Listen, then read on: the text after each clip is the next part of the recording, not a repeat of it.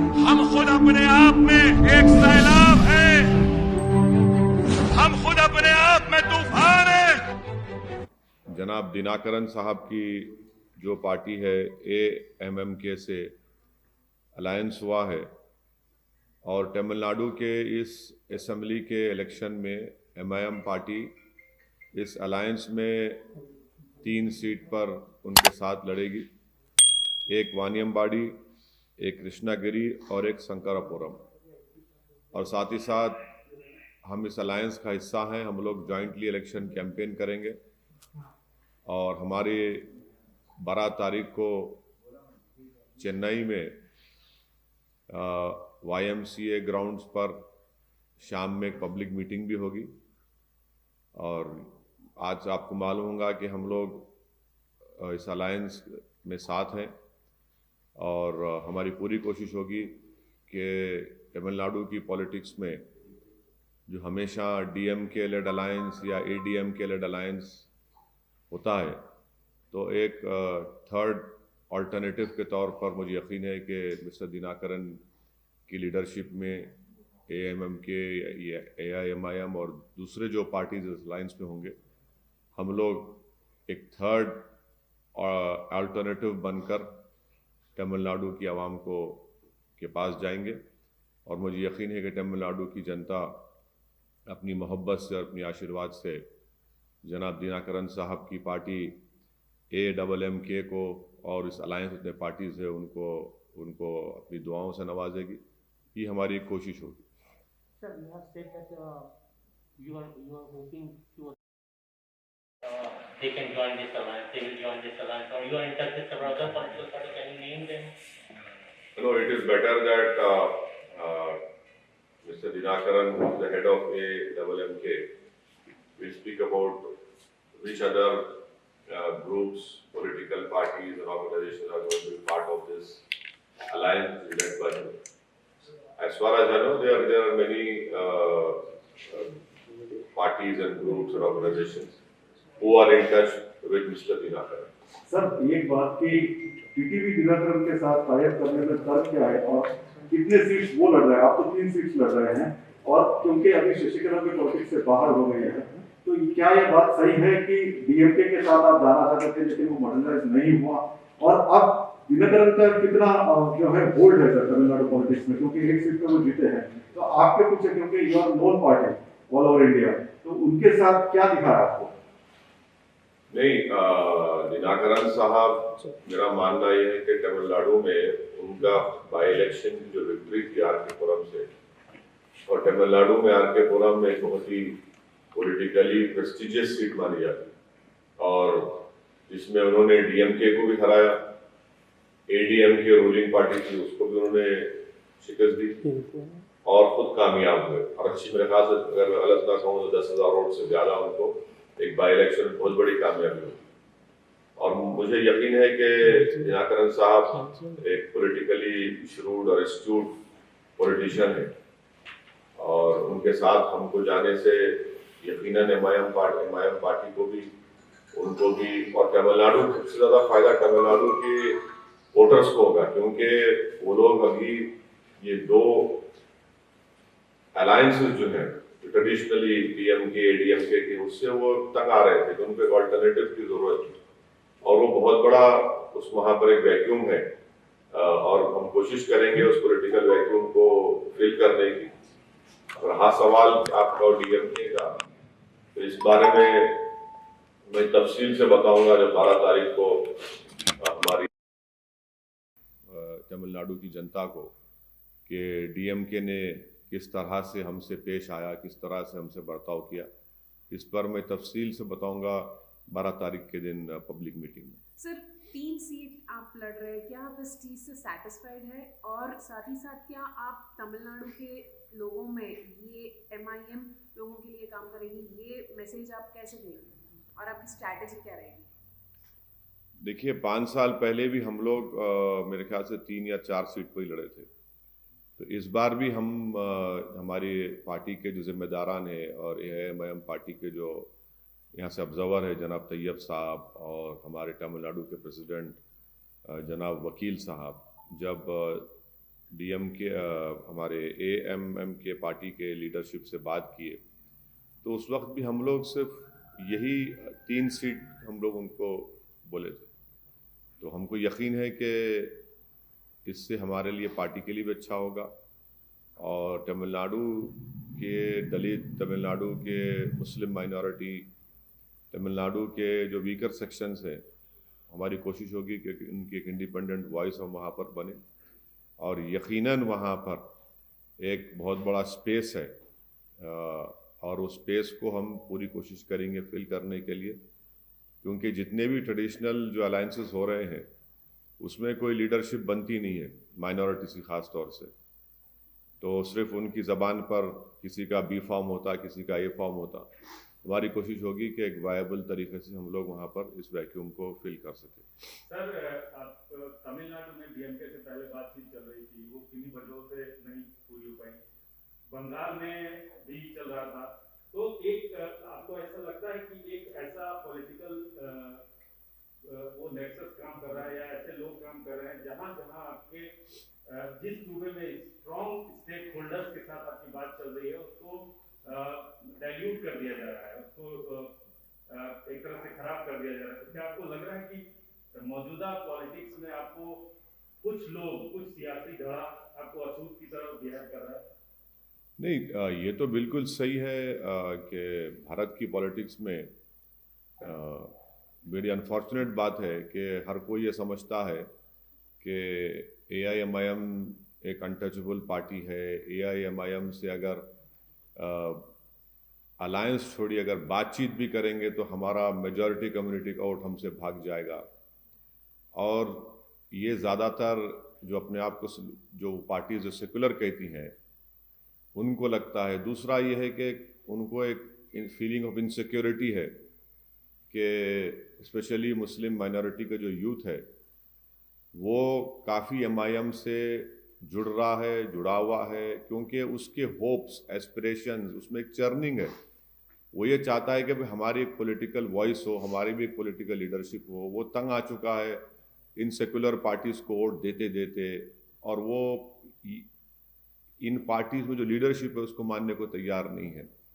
तो यकीनन ये एमआईएम पार्टी को एक अनटचेबल के तौर पर ये लोग पेश करते हैं, और उनका आर्गूमेंट ये होता है कि अगर हम एआईएमआईएम से बात करेंगे, अलायंस से छोड़ो, तो हमारा मेजॉरिटी कम्युनिटी का वोट भाग जाएगा। ये सेकुलर पार्टीज ये नहीं देख रहे हैं कि भाई आपका वोटर है ही कहाँ आपके पास। स्पेशली मुल्क के बहुत से स्टेट्स में तो वोटर भाग चुका है, उनका जो ट्रेडिशनल वोटर था सेकुलर पार्टीज का वो तो है ही नहीं।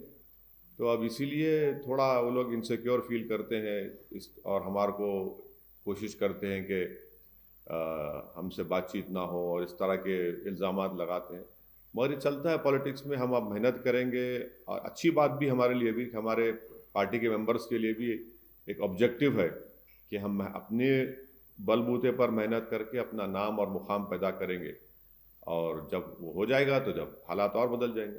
सर, हालांकि आपने प्रेस कॉन्फ्रेंस तमिलनाडु पे रखा है, लेकिन एक सवाल है, आपने पिछले दिनों एकला चलो की बात कही थी अपनी प्रेस कॉन्फ्रेंस में, तो क्या बंगाल में आप एकला चलो को फॉलो करेंगे? बंगाल के ताल्लुक से सर मैं आपको पहले भी बता चुका हूँ, एक मुनासिब वक्त पे मुनासिब बात मैं आपसे करूँगा। अभी वो वक्त आया नहीं है, और इलेक्शन लड़ना जो है ना, आपको तो अपनी पार्टी की ताकत पे भरोसा होना चाहिए। जीत हार तो अल्लाह के हाथ में है, तो इलेक्शन तो लड़ना पड़ेगा ना आपको। आप कोई भी इलेक्शन, कोई पॉलिटिकल पार्टी, सबसे पहला उसको अपनी पार्टी के मेंबर्स के ऊपर, अपने आप पर, उस पॉलिटिकल पार्टी को कॉन्फिडेंस होना चाहिए, तो तब आगे बढ़ते आप। तो हम हमेशा से अकेले लड़ते आए हैं। अब तक जो आप देखें एमआईएम का जो पॉलिटिकल जर्नी है, इसमें कोई पॉलिटिकल पार्टी ने ना हमको प्रमोट किया, ना हमारा साथ दिया। हम तो लड़ते हुए आए हैं, मेहनत किए, हमारे पार्टी के मेंबर्स ने बड़ी कुर्बानियाँ दी। हाँ, हमसे गलतियाँ भी हुई हैं, उन गलतियों से हमने अपने आप को सही भी किया है, करेक्ट भी किया है। तो ये तो प्रोसेस है, चलता रहेगा। सर, ये जो 3 सीट जीरो किया अलायंस में, वनियमवाड़ी में आप कंटेस्ट कर चुके हैं, वनियमवाड़ी में आपने कैंपेन किया, कृष्णगिरी और शंकरपुरम ये दो कॉन्स्टिट्यूएंसीज को सेलेक्ट करने के पीछे क्या रीजन है? नहीं नहीं, यहाँ देखिए आप, मैं आपको बताना ज़रूरी समझूंगा कि पिछले 4 साल में हमारे पार्टी का ऑर्गेनाइजेशन, अगर मैं गलत ना कहूँ तो कम से कम 25 असेंबली कॉन्स्टिट्यूंसी में बहुत अच्छा ऑर्गेनाइजेशन है हमारा पार्टी का, और दूसरे 20 कॉन्स्टिट्यूंसीज में एक मिनिमम लेवल पर है, मगर 25 असेंबली कॉन्स्टिट्यूंसी तो हमारा अच्छा ऑर्गेनाइजेशन है। और उसके बाद हम लोग जब डिस्कशन हुआ दिनाकरन साहब की पार्टी से और हमारे पार्टी में, तो हम लोग बोले ठीक है, हम 3 सीट्स पर हम लड़ेंगे, और जहाँ जहाँ हमारी स्ट्रेंथ है, जहाँ जहाँ हमारा ऑर्गेनाइजेशन है, जहाँ जहाँ हम कोशिश कर सकते हैं, वहाँ पर दिनाकरन साहब की पार्टी के अलायंस, उनकी पार्टी कैंडिडेट अलायंस के कैंडिडेट्स को हम लोग कामयाब करने की कोशिश करेंगे। How many seats this alliance will contest, sir? You have finalized or looking for? No, we are going to contest in 3 seats in the forthcoming Tamil Nadu Assembly election, and we are very happy that we are part of the alliance of AAMMK led by Mr. Dinakaran, and we are going to contest in Vaniambadi, Krishnagiri and Sankarapuram, and we'll be holding a joint public meeting. I'll be also be joining that public meeting, which is going to be held on the 12th of March in Chennai in the evening in the YMCA grounds. And jointly, I will be campaigning with the AAMMK leadership and the other allies which are going to be part of this alliance. And we are definitely going to try and give a third political alternative to the people of Tamil Nadu, because traditionally there has been only 2 alliances, the ADMK and the DMK-led alliance. So and the Tamil Nadu people definitely want a third political viable alternative, and there is a huge political space for that. Mr. Dinakaran's victory in a by-election, that itself is a very historic victory which he attained, because the assembly constituency which he represents is a very prestigious political constituency, and he defeated ADMK and DMK. So that itself had shed a lot of shudders and concerns in other 2 political formations. So we'll definitely try, and our whole intention is that the people of Tamil Nadu, especially the weaker section, the OBCs, the Muslim minorities, they deserve an independent political voice, because the other 2 alliances, you are not very independent in voicing the real concerns of the weaker sections. So we hope to do that. How many seats this alliance will contest, sir? 2 out of 234, how many seats? As far as I know, we are contesting 3 seats. The remaining 231 seats will be contested by Mr. Dinakaran's party and the other alliance partners. The whole details would be given to you by Mr. Dinakaran when he holds a press conference today or tomorrow. Every details will be given. So far you are looking for contesting on each and every seat of Tamil Nadu, sir, this alliance? This is what I know, but this will be clarified in a much better way when Mr. Dinakaran holds a press conference and addresses the media. He will tell you in detail which constituencies, which parties are contesting. Sir, इससे हटके अभी चुनाव से ये कल बाटला house encounter पे court का judgement आया है, जिसमें माना है कि जो आरिफ है उसने ये किया है, और जो साइंटिफिक एविडेंस है उसको माना है। उसके पहले जब ये एनकाउंटर हुआ था, काफी सारे लोगों ने आंसू बहाए थे, कहा था कि ये एनकाउंटर झूठा है, फर्जी एनकाउंटर है। तो अभी क्योंकि 2 कोर्ट्स ने इसको माना है कि ये सही एनकाउंटर था, और जो मुजरिम है वो पकड़ा गया वो बिल्कुल सही है, इसको क्या है? और इंडियन मुजाहिदीन का भी इसमें हाथ है, तो आप क्या कह रहे हैं सर? आपका भी वॉइस था इस पे। आपको क्या कंसर्न है मेरे से सवाल कर रहे हैं? आपका कंसर्न क्या है? कंसर्न ये है कि जब ये एनकाउंटर हुआ तो सोनिया गांधी ने आंसू बहाए थे। अच्छा। कांग्रेस पार्टी ने कहा था कि ये फर्जी एनकाउंटर है, ठीक है। कई सारे दूसरे लीडर्स ने भी कहा था कि इस पर जांच होनी चाहिए जी। अब 2 कोर्ट्स ने उसको सही ठहराया। अब आप देखिए, मैं तो AIMIM का रिप्रेजेंटेटिव हूँ। अब आप जो लीडर्स का नाम ले रहे हो दूसरी पार्टी के हैं, जो मेरे सख्त खिलाफ हैं, जो मेरे को रोज सुबह शाम मेरे को गाली देते, अब इन लोगों का जवाब मैं कहाँ दे सकता हूँ प्रसाद साहब? उनसे ही पूछ लो, आप अपने दिल्ली ब्यूरो को बोलो, आप उनको जो रोए या नहीं नहीं उनसे नहीं नहीं मैं नहीं नहीं मैं नहीं नहीं नहीं नहीं मैं ये तो सही फैसला आया है, देखिए कॉन्स्टिट्यूशन को मानते हैं, नहीं नहीं देखिए जुडिशरी को मानते हैं, तो एक बात ये क्या सही ठहराते हैं या नहीं? दो कोर्ट ने फैसला दिया है, as a independent political party आप भी हर चीज में अपनी जो है रुचि रखते हैं। कोर्ट का जजमेंट है, मानना पड़ेगा ना। कोर्ट का जजमेंट कौन नहीं मानता बोलिए आप? जुडिशरी का जजमेंट है, मानना पड़ेगा। और जो भी डिससेटिस्फाइड होगा उसको अपील करने का मौका है, वो भी कोर्ट का प्रोसेस है। तो कोर्ट का जजमेंट है, इसमें मानना नहीं मानने का क्या? कोर्ट का जजमेंट है। आपको कोर्ट के जजमेंट से आप मुतमईन नहीं है, अपील करिए, सुप्रीम कोर्ट तक जा सकते हैं आप, फिर रिव्यू पिटिशन डाल सकते हैं। तो जुडिशियल प्रोसेस है, उनको राइट है, कोर्ट का जजमेंट है, मानना पड़ेगा, उसमें क्या है। मगर आप जो पॉलिटिकल पार्टीज का बात नाम ले रहे हो वो उनसे पूछिए, मैं कैसा बोलूँ? Sir, now you have finalized whole plan for Tamil Nadu. What about Bengal? Because Bengal was on your priority list. Where you are visiting again last You time? see, when you in committed- I don't know whether you have followed what I said in my party formation day public meeting. MIM contesting elections or not contesting elections is based on what my party thinks is right for my party. So we will decide at an appropriate time. Our team members are in Bengal, led by Mr. Majid Hussain, along with our Bengal team is there. And once we meet them, and we'll decide and let you know. So nothing is finalized, whether your party will contest or not contest. No, I'll let you know at appropriate time. Regarding the blind side issue, that is MAM intention communication rate is only political allegation कर रहा है आपको sir. मतलब BJP का भी ये comments है। Comment है जस्ट इसी आवेदन बोला। बोलते बच्चे सर मतलब बाइंसा की इंसिडेंट कैसा देखते हैं आप? क्या बोलना? बोलते बच्चे क्या?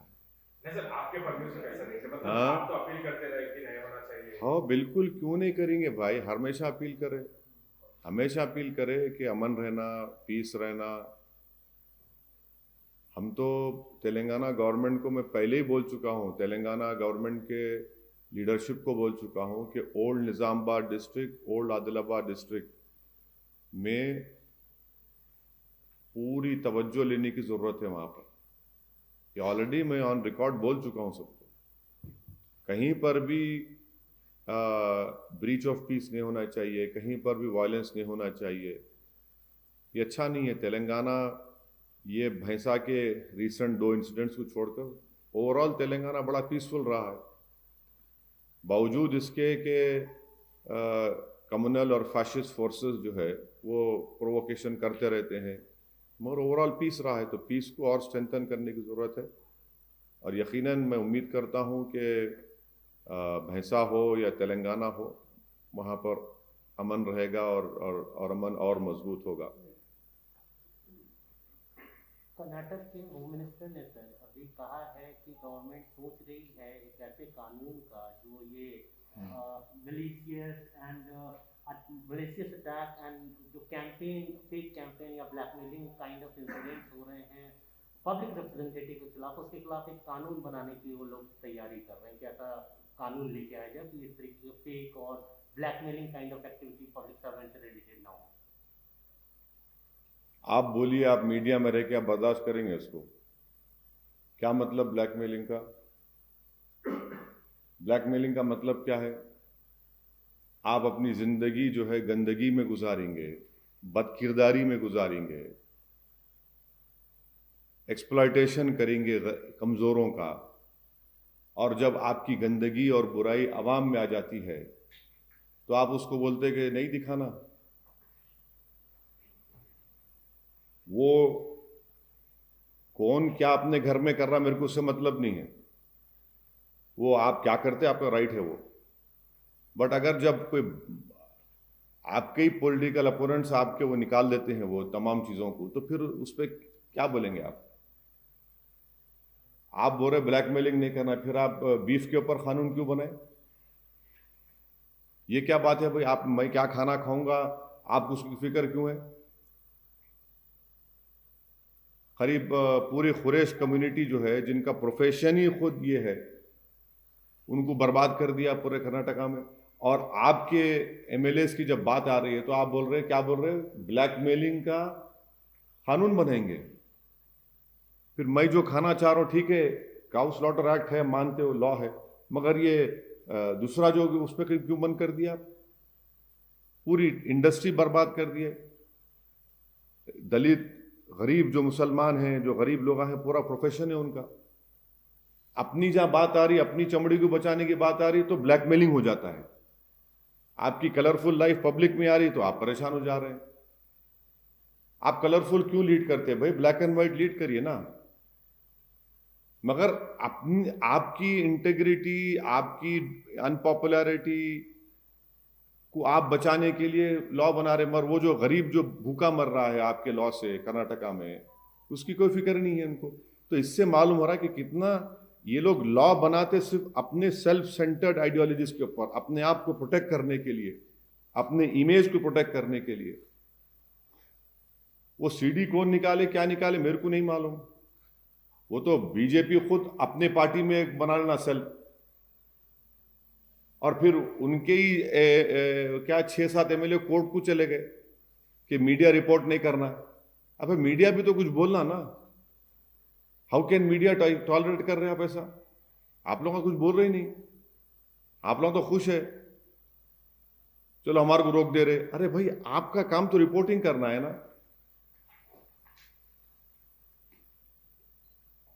ओके, फ्यूल प्राइसेस 27 फरवरी से अभी तक मतलब इंक्रीज नहीं हुआ, इट हैज नॉट इंक्रीज। अच्छा, अच्छी बात है, अच्छी बात है। अरे वाह, मेरे को नहीं मालूम था कि टाइम्स नाउ का ये एडिटोरियल ओपिनियन है कि 27 फरवरी से अब तक प्राइस ने बढ़े। इसका मतलब आप लोगों की गाड़ी में पेट्रोल को और डाल रहा है। नहीं, आपको लग रहा है कि आपके पास अलग पूरा क्वेश्चन तो सुन लीजिए। मतलब 27 फरवरी से फ्यूल रेट्स इंक्रीज नहीं हुए, आप कैसा देखते हैं? मतलब मार्केट से रिलेटेड या फिर इलेक्शन से रिलेटेड? ये था क्वेश्चन। मार्केट से रिलेटेड देखते हैं या फिर इलेक्शन से रिलेटेड देखते हैं? मतलब बढ़ाया नहीं गया तो क्या इलेक्शन सर पे है, उसको देख मद्देनजर, या फिर मार्केट के जो पेट्रोल के दाम को लेकर के डायनामिक प्राइसिंग है, तो जो क्रूड ऑयल का रेटिंग। नंबर 1 पॉइंट ये है कि नरेंद्र मोदी सरकार जो है वो 2 व्हीलर चलाने वालों की दुश्मन है। नरेंद्र मोदी की सरकार जो लॉरी चलाते ट्रक ड्राइवर्स, उनकी दुश्मन है। नरेंद्र मोदी की सरकार जो बच्चे ड्राइवरिंग करते, टैक्सी कैब चलाते, उनकी दुश्मन है। नरेंद्र मोदी की सरकार जो किसान ट्रैक्टर में डीजल डालता, उसकी दुश्मन है। ये प्राइस हाइक से ये तमाम सेक्टर, जिसको मैं अभी तो खाली बताया हूं, बहुत है, ये सब लोग परेशान हो गए। आप हैदराबाद में हो या तेलंगाना हो, ये पूरे ड्राइवर्स की नौकरी चले गई, 2 व्हीलर्स। और मोदी सरकार को जानना चाहिए कि 2 व्हीलर वाले ही वोट डालते जाके पोलिंग बूथ पे, बड़ी गाड़ियों में बैठने वाले वोट नहीं डालते। वोट किसी भी पार्टी का कार्यकर्ता होता, वो मोटरसाइकिल पे निकल के जाके वोट डालता, लोगों को दलवाता। ऑटो है, ऑटो वाले परेशान है। ये गरीब, भारत की जमहूरियत माने इलेक्शन अगर कामयाब होता है तो ये गरीबों की वजह से, ये जो वोटिंग क्लास जिसको गरीब बोलते हैं, अब वो लोग खुद परेशान है। तो प्राइस नहीं बढ़ रहा, क्या मतलब भाई? आप गवर्नमेंट जो है, जो सेंट्रल टैक्स ले रही है, तो कम कर दो ना भाई, आप 38%। अगर नहीं बढ़, अगर आपकी बात सच है तो आप टैक्स कम कर दो ना भाई, आप 10% कम कर दो। क्यों नहीं कम कर रहे आप कम करके दिखाइए ना गरीबों को। भाई आप गरीब के लिए, गरीब का गरीब तो पिटे जा रहा है। वो पैसा तो सब्सिडी में जाता है ना। कौन सी सब्सिडी में जा रहा है भाई? कौन सी योजनाओं में जा रहा है भाई? कौन सी योजना, कौन सी योजना है? गरीब की गरीबी बढ़ाने की योजना है ये तो। कहाँ की योजना है ये? किधर है ये? तो आप जाके देखिए। आप लोगों को चाहिए कि पूरे कैमरास लेकर हैदराबाद के पेट्रोल पंप्स पर ठहर जाइए, और जो पेट्रोल दिला रहा उसको बोलिए, भाई साहब क्या आपकी राय है, देखिए आपको क्या बोलता है वो। आप लोग जाते नहीं है, खामखा मेरे चेहरे पीछे पड़ रहे थे आप लोग। वो गरीब का चेहरा देखो जो रो रहा है आज। हर पेट्रोल पंप पे चलिए आप। अच्छा, आप जहां पर लॉरी के, जिस हैदराबाद में लॉरी का अड्डा बोलते, वहां चले जाइए आप, जहां पे तरकारी लेके आते लोग, पूछिए उनसे आप। हाँ, पूरा हर सेक्टर को इससे परेशानी हो रही है। मोदी सरकार ये समझती कि प्रोटेस्ट नहीं हो रहा। इनका प्रॉब्लम यही है ना कि रोड पे निकले तो समझते हैं लोग। हम भारत की जनता को बोल रहे कि हम पार्लियामेंट में पुकार रहे हैं, सब लड़ रहे हैं, मगर मोदी सरकार से जब जनता रोड पर आकर अपने आक्रोश का इजहार करती है, तब जाकर ग्रुप ऑफ मिनिस्टर्स की एक मीटिंग हो जाती है फौरन। उसी जो रिएक्ट करते तो अब आएगी जनता, अब निकलेगी जनता, निकल के बताएगी। अरे भाई, बूथ को भी तो जाना है ना, बूथ को तो जाना पड़ेगा ना जनता को। ये महिलाएं हैं, एलपीजी प्राइस जाके पूछे ना महिलाओं से। बोली मोदी जी बोलते हैं बेटी बचाओ, आप बोलिए मैडम क्या है इसका। गैस का सिलेंडर नहीं ले रहे, मालूम आपको? जिसको गवर्नमेंट की गैस के स्कीम में सिलेंडर मिला गया था, सेकंड नहीं ले रहे वो। 800 रुपए भाई, कहां से घर का कमरे का किराया देंगे गरीब वो, या फिर अपना घर चलाएंगे? 860 रुपए घर का किराया भी देना है, घर का खाना भी लाना है, और मोदी जी बोलते कि मैं कर रहा हूं, मैं तो गैस का सिलेंडर। अरे कहां गया? आप गैस का देख रहे नहीं? आप लोग तो गरीब को भूल ही गए, बीजेपी सरकार गरीब को भूल ही गई। मोदी जी गरीबों को भूल जा रहे हैं। वो खुद गरीबी से उठकर आए थे, मगर आज गरीबों को भूल जा रहे हैं। उनको गरीबों को याद रखना चाहिए। महिलाएं इतने परेशान हैं, बोल रहा हूं आपको, कई लोग, कई महिलाएं वो गैस का सिलेंडर अब चार्ज ही नहीं करा रहे, वो लोग चार्ज ही नहीं करा रहे। हम तो रिक्वेस्ट कर रहे हैं प्रधानमंत्री से कम इन गरीब महिलाओं को देख लीजिए, नजर करम कर दीजिए उनके ऊपर। आप गैस का, चलिए पेट्रोल डीजल आप नहीं करना चाह रहे, गैस तो कम कर दीजिए। मगर मीडिया में क्या है, सिर्फ गैस चलती है मोदी जी की, मोदी जी गैस, मोदी जी की गैस, गैस गैस, उनके गैस चल रहे, और वो एलपीजी पे परेशान पूरे लोग। कब तक गैस चलाएंगे भाई आप लोग? सर इलेक्शंस के रिलेटेड देखते हैं सर। हाँ, इलेक्शन के रिलेटेड देखते हैं क्या इसका असर इलेक्शन पे पड़ेगा? सुनिए, मेरी बात सुनिए। फॉरगेट अबाउट इलेक्शन, आते जाते रहेंगे। वो गरीब का क्या होगा भाई? आपको अंदाजा भी है कि जो ऑटो ड्राइवर, जो टैक्सी ड्राइवर, जो ट्रांसपोर्टेशन में, और ये 3 व्हीलर्स, उनको जो पेट्रोल डीजल जलाकर अपना काम करना पड़ता है, उन पर क्या गुजर रहे? उसको इलेक्शन से मतलब ही नहीं है, उसको अपनी गरीबी से मतलब है। इलेक्शन आते जाते रहेंगे ना, उसका गम और गुस्सा कौन देखेगा बताइए आप?